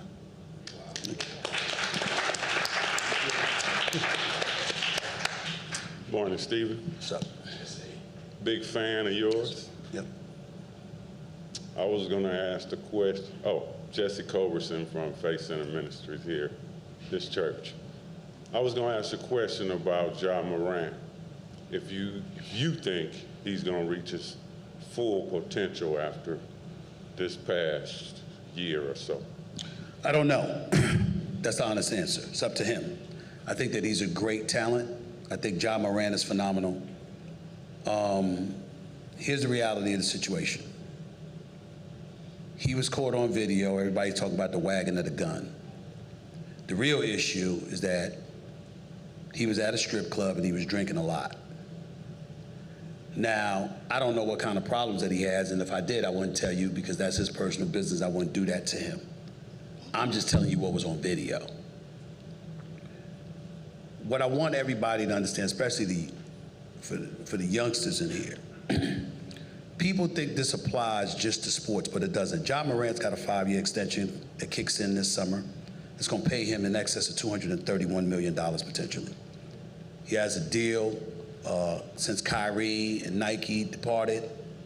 He's going to pick up that deal. He's got a deal with Powerade, along with various others. John Morant is in a position to make $500 million. It's all his. He just has to want it. And sometimes you got to be mindful of the company that you keep. Company that you keep matters. Everybody that's with you ain't for you. They don't have to be against you, though. Right. See, when I make a statement like that, and I know I got to start signing at the 15-minute mark, but it's important that I say this. When I say that everybody that's with you ain't for you, when you're young, what you'll automatically assume is, well, he's wrong because this person ain't against me. They don't have to be against you. If they're not for you, they ain't looking out for you. Right. And if they ain't looking out for you, they can precipitate your fall. Because they're not prioritizing you. There's nothing wrong with someone who doesn't put you as a priority when they're not taking from you. This is my brother right here. Love him to death, he loves me. I am not the priority. Nina is. Right. Nicole is. Nicholas is. And they should be. Yes. This is my brother, I love him daily. He don't come before Nyla and Samantha. He knows that. Those are my ladies, my angels. Mm-hmm. Those are my daughters. Right. You got to understand that just because somebody doesn't prioritize you doesn't mean that they're against you. But if they're not for you, they're not paying attention to prioritizing protecting you. And as a result, because they're in your life, if you're taking from someone that you're not prioritizing, you're a leech. You're a leech. If you're taking from somebody, they need to be the priority. That's right. Because you're using them to elevate yourself. So you have to be willing to prioritize them, because then you're not a leech, you're a contributor. Because you're finding a way to prioritize them just the way they are prioritizing you. John Morant has to know the difference between that. And as a youngster, understand that's not just with sports. It's with everything in life. Right. Yes, as you're climbing forward and you're climbing up, you gotta know, you gotta guard your space. And you gotta be mindful of those leeches that wanna take stuff away from your life, spiritually, emotionally, physically, monetarily. You can't have that. Because if you do, you're not gonna fall because you just fell down.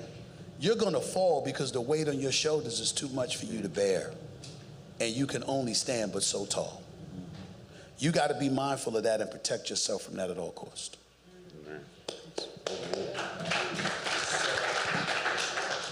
My name is Cindy. I'm Nina Brown's sister, and my question first, thank you for your transparency. Thank you. My question is, what do you do daily to take care of you? What does your self-care regimen look like? Well, first of all, I surround myself with people that I love and that love me. Mm-hmm. I have my lady here who loves me dearly, I think. Yes, she does. I have my assistant, Sumatra, who is, without question, my right hand. I love her to death. She always watches my back. My guy, Juvie, he protects me. I feel sorry for the person that tries to harm me. He'll do something to them. I've got my brother and my second family and the Browns. I don't know what my life would be like without them. They bring me so much joy. I'm always smiling. I'm never in a bad mood around the Browns. They just make me smile. Nina's is like a sister to me. I love her to death. I'm so proud of Nicholas. Is a bright young star that just makes Uncle Steve proud every day. Nicole is something special. She's an acquired taste. I mean, you got to prepare you. Nicole that's my girl, but Lord have mercy, she is something else. You know, my sister Carmen, my boys, people like that. So surrounding myself with loved ones is the direct answer to that question. Doing what I love to do is another one. And just taking care of myself, prioritizing that. You know, getting in the gym, working out, you know, doing things that I enjoy. Relaxation is important, but what is the definition of that? You could lay in your bed and be in turmoil. Mm-hmm. Relaxation is not just laying down and resting. Relaxation is acquiring a peace of mind. And I strive in pursuit of that every single day. Yeah, basketball, pool, playing some pool, you know, lounging in my man cave, watching sports, all of those things come into play. But those things really, really jump out because it protects my spirit. Yes. I think we're going to try to multitask because Steve got a hard stop. Sure. He's doing WrestleMania, covering that this afternoon. So what we're going to try to do is, as he's signing, we're going to set the table up. Yep. And he's going to sign and try to answer as many questions while I'm signing. Yes, he can do that because we want to give everyone an opportunity. But I know Sumatra will get on me. We have a hard stop because he have to get back to LA, do some preparation. So we don't want WrestleMania to happen without Stephen A. So, Steve, no one asked you about stay off the lead. as we transition to the signing and photo opportunity, we're asking that everyone lines up on this side and bring your books. Thank you. As questions, he's going to be able to address. I'm listening. Go ahead. You're still listening? Okay. Yes. All right. Okay. Okay. That's fine. So those who have books can line up on this side, please. And then also for photo opportunities, if you have your phone, please make sure you have your phones with you. Yeah. Just have somebody take the picture while I'm, you know. Right. I'll just sit here and sign and take the pictures, but I'm still answering questions. Go ahead. Okay. All right. Bring it over here so they don't have to come up on the stage. Okay. Unless he wants me to come on the stage. I'm cool. Okay. Right here. Let's do it. I can barely hear you. I'm sorry. Coming from Los Angeles, my question was, aside from staying healthy, what do you think that the Lakers have to do? Like, what's the biggest hurdle that they have to overcome to be in a better position for championship contention next year? I think you're one piece away, but I think with a healthy LeBron James and an Anthony Davis, that puts you in a position to succeed. I will tell you that I'm very, very pleased with what Rob Pelinka has done. I didn't think he could pull it off. When you looked at the roster at the beginning of this season, I thought it was pretty close to trash, that you didn't really have much of a hope. But then what transpired, thank you so much, what really transpired that stood out in my mind is that I said to myself, when they got Beasley, when they got Vanderbilt, when they got D'Angelo Russell, there you go, thank you so much. I couldn't believe it. I couldn't believe he pulled that off. I think they got a squad that can beat anybody. I just still suspect that they're a piece away because you just need the Wild Wild West is what it is. I think Golden State's coming. You can sleep all you want to. Is Steph Curry and Klay Thompson the greatest shooting backcourt in the history of basketball? You can act like you don't know, but you know. Okay? Okay? But at the end of the day, I think that you got to take that into consideration. I think you can't ignore that. I think you can't ignore KD and Booker in Phoenix because it is KD. You know who he is. It's KD. He's hurt. Okay? And I wouldn't sleep on Memphis. If Steven Adams comes back, because of what Ja Morant has gone through, I think it's going to be something. Memphis is going to be tough. And of course, you can't ignore Denver if they're healthy. And they got to go to that altitude. They got the #1 seed. And you got to go to that altitude. People act like it's a big deal. You got guys that go there gasping for air because of that altitude. They're accustomed to it. You're not.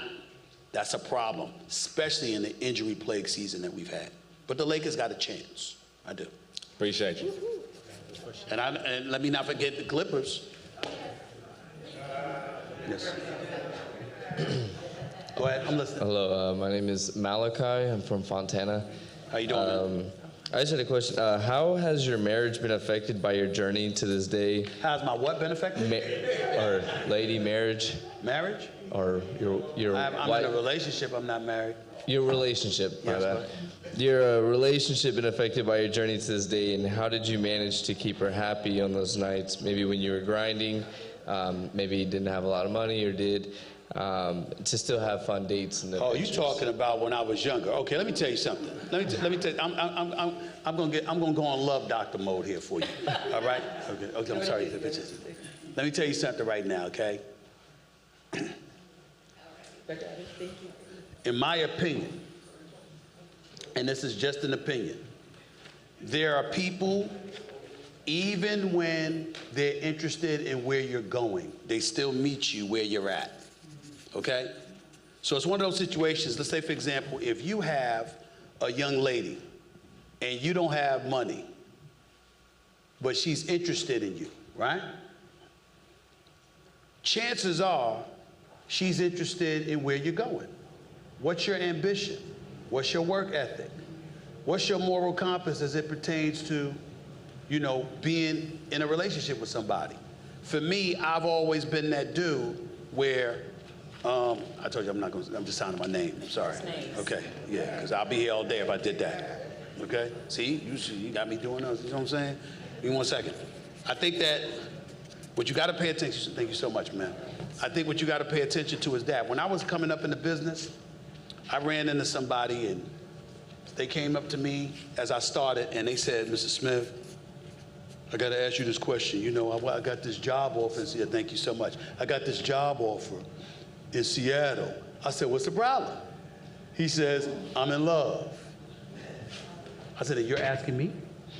He said, yes, what would you do? I said, sure you want to hear the answer? He said, yeah. I said, love don't pay the bills. I said, because no matter how much she loves you, how much she wants you, if you broke and you can't provide, that's going to be a problem. Don't think it ain't. So my advice at the end of the day is, yeah, you want to be focused. Yeah, you want to do all the things that you need to do. You want to have a good time.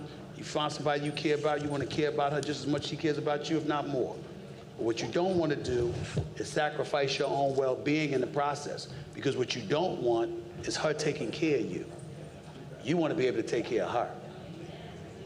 And that's where your focus has to be first. So I'll have my good times. I've had my good times in my life, and I'll continue to have my good times. I'll do all the things that I will try to do all the things that I want to do. But I always do what I have to do so I can do what I want to do. It's not the other way around. I hope that answered your question. Yes, thank you. We got like 8 minutes. Okay. I'm listening. Okay. Yes, my name is Douglas Perkins, and I'm from this area, Highland, California. I have one question, but I've been following you about 15 years, and still follow you. I'm a diehard Cowboy fan. I know how you feel about my that. condolences. Nevertheless, I still follow you. Quick question.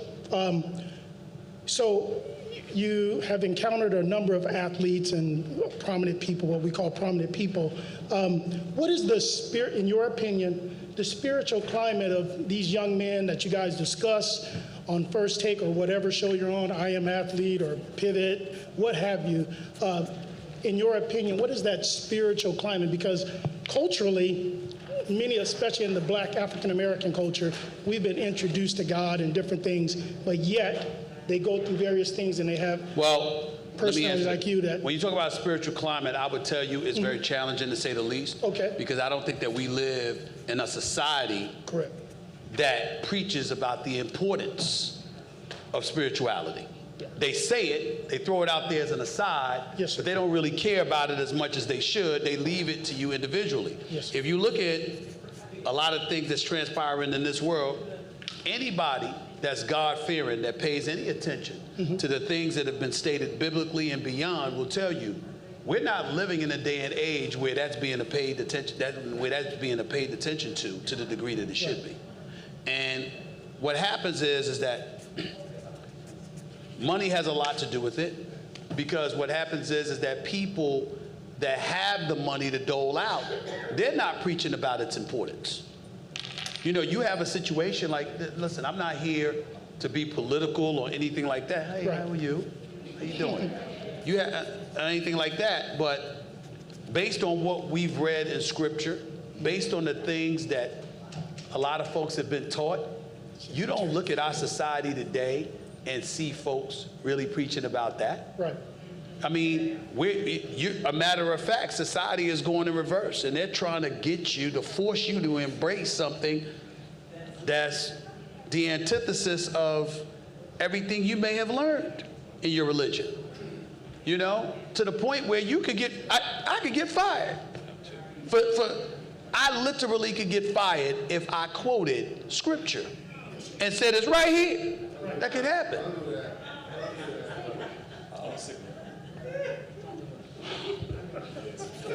I'm gonna leave you alone, bro. I'm gonna leave you alone, my man. All right? It's okay. It's all right. Thank you, bro. I appreciate you, man. Thank you so much. Yeah, my name is Mike Flowers. So what I would just tell you, it's not, my whole point is that don't expect, we understand that there's a lack of spirituality. We understand that when we look at our society today and the degradation of it, the things that have taken place, the core of those issues is an absence of spirituality, or an absence of attention to it that should be brought to it. We know this. And I was really, the question really for the individual players, how they deal with it. I know. Well, the individual players. That you know of. Yeah. Here's what I would tell you. The biggest problem is that the individual players are primarily focused on individuality, instead of looking at the greater good that they can ultimately provoke and influence. Real quick, Steve. My name. And it's because of the reasons I mentioned earlier. My name is Mike Flowers. I live in West Covina. I can't hear you. Hold on for a second. Go ahead. Take it. Thank you so much. I love the relationship that you have with the Browns. Childhood friends. I go back to Memphis, my hometown. I have the same relationship. We miss you this week on First Take. Okay, thank you. We miss you this week on First Take. And my last question, why are you so hard on my Cowboys, man? We are Super Bowl bound Cowboys. This is our year. I'm telling you, this is our year. Man, you just don't understand. You need to stop hating on my Cowboys. Look. I love you. I'm going to watch you faithfully. I love your show. It's not the same this week without you, but that's okay. Leave my Cowboys alone, please. I got nothing but love for you. See, I got a heart up for you. One love. I'm with them on that. I just. Okay, I do not. You don't? I do not. Okay, I'm gonna sign that. Thank you. All right. What I would say to you is,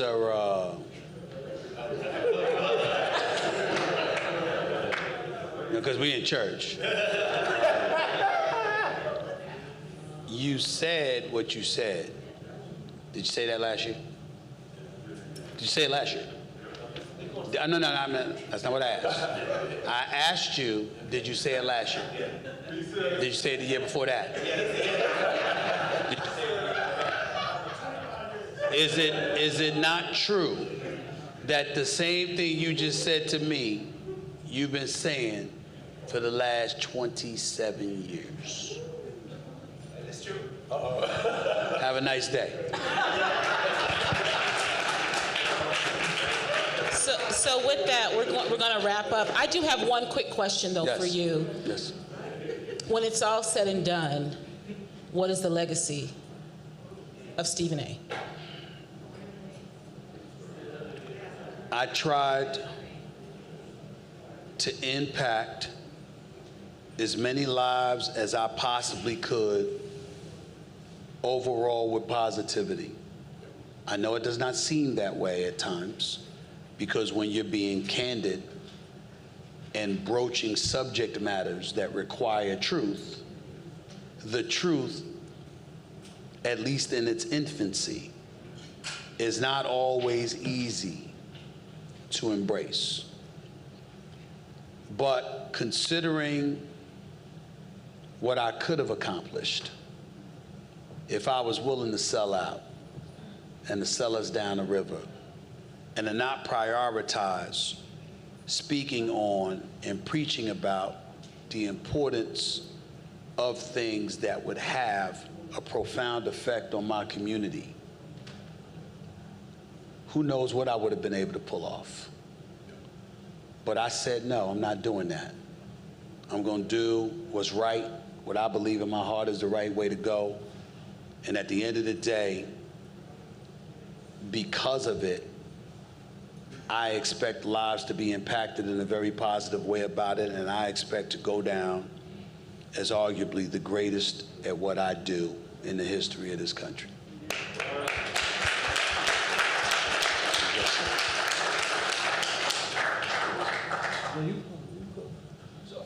Can I ask one quick question? Sure. What advice do you give to millennials and Gen Zers? Because you know they're different than the work ethic that we had in our generation. One of the things that I would say, and I said this because I felt it was important to say this to John Morant, eyes are everywhere. Everyone has a cell phone camera these days. You don't need a camera, you got a cell phone. Pay attention to what's going on. We live in a world right now where I got my nephew here, my godson, Nicholas, who is just stellar and goes out there and goes about the business of trying to be great at what he does every day. For every one of him, I can find 10 to 100 kids. They want to be on social media. They want to do something to create clickbait. They're willing to lie, they're willing to fabricate, they're willing to embellish, they're willing to do all of these things because their vision is short-sighted. Everything is about now, and it's about the microwave society and what have you, and as a result of that, they're not thinking about the long-term impact that it'll have on their spirit, on their soul, and ultimately on their life. You have to think about that.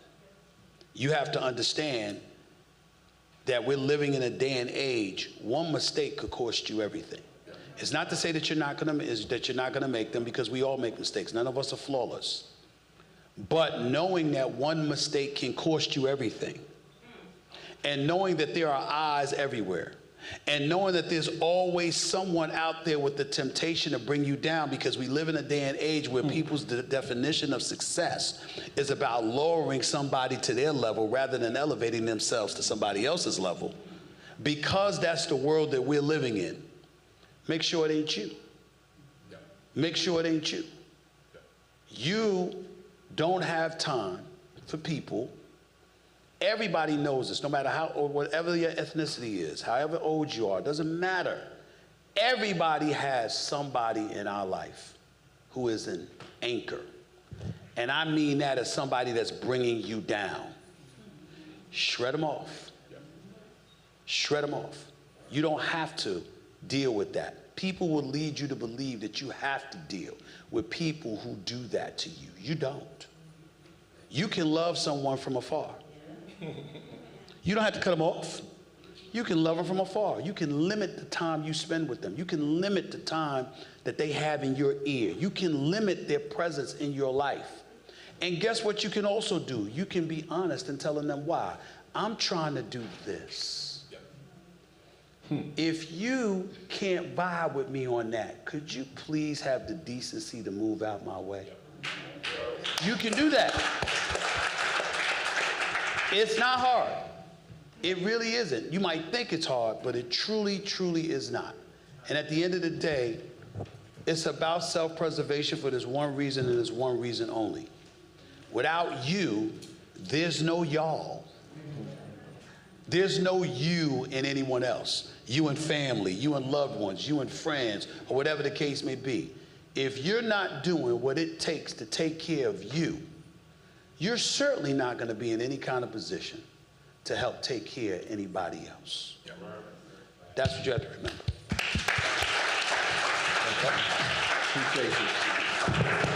Well, brother, it was fun. Did you guys enjoy this? I'm gonna get him back. He'll be back. I'm going to get him to a service. So even how we got here today, just last week, we chat 3 to 5 times. It's like we're still in high school, 3 to 5 times a day. So he was asking me, what are you doing for your birthday tomorrow? And I said, well, I'm going to men's fellowship and this, that, and the other. He said, oh, I was supposed to come by your church. He said, I'll just come Saturday, just like that. So he didn't ask. He's not trying to sell books. So I told him, so we appreciate your time, brother. You know, Steve and I, yeah, we really appreciate it. I love the fact that we can hold each other accountable. Yes. If something ain't right, Steve knows he's going to hear from me. I'll probably be his first call. Yes. Yes. Like, did you do your homework on that interview? Exactly. I don't think that was good enough. But that wasn't your standard. But brother, I love you. Same here. I love you too. The work that you do. Only one time I've ever defended you on Facebook. Someone questioned your impact in the community, and I literally told them the hundreds of thousands of money on your scholarship for the HBCU that you would never tell anyone. But he literally put his money where his mouth is. So we need more of this. So we're going to get you in church, right? Yes, of course. Yeah, we're going to. I'll be here. One Sunday. I'm just shocked that it's 15 miles away from your house. I know. I don't travel much. You don't. This man got about 5,000 miles on his car in 3 years, and he's driving 15 miles away. I was shocked. I couldn't believe it. I said, "Who got Jeff to drive this far?" It's a wonderful ministry. We've been here, but this is our awesome pastor, Senior Pastor Gridiron. This is our lovely First Lady, Lady G. On behalf of the entire Faith Center Ministries family, we love you. Thank you. Thank you for taking the time. Thank y'all so much. Take care, everyone.